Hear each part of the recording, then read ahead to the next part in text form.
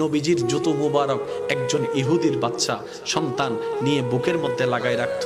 একটা দিন যখন নবীজির রহমাতুল লিল আলামিন খবর পেয়েছেন ও ছেলেটা অসুস্থ, নবীজি সব কিছুকে ফেলে ওই ছেলেকে দেখার জন্য চলে গিয়েছেন। সুবহানাল্লাহ। যাওয়ার পরে নবী বুঝতে পারলেন তার আর দুনিয়ার ভিসা বেশিক্ষণ নাই। রবের কাছে দোয়া করলেন, ও আল্লাহ, আমাকে মহাব্বত করে আমার জুতা নিয়েছে, আমাকে মহাব্বত করে আমার জুতা বুকে নিয়েছে।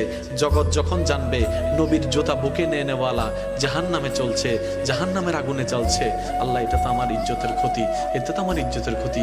তুমি না বলেছো ওয়ারাফানা লাকা যিকরাক, তুমিই তো বলেছো ওয়ালা সাওফা ইউতিকা রাব্বুকা ফাতারদা, তুমি তো আমাকে বলেছো ওয়ামা আরসালনাকা ইল্লা রাহমাতাল লিল আলামিন। নবীজি যখন রবের কাছে ফরিয়াদ করলেন, রব দোয়া কবুল করলেন। আল্লাহ তাআলা রাসূলকে নির্দেশ দিলেন, আপনি ওকে কালিমা পড়তে পড়েন। সে কালিমা পড়তে দেরি, ইন্তেকাল হতে দেরি হবে না, ইন্তেকাল হতে দেরি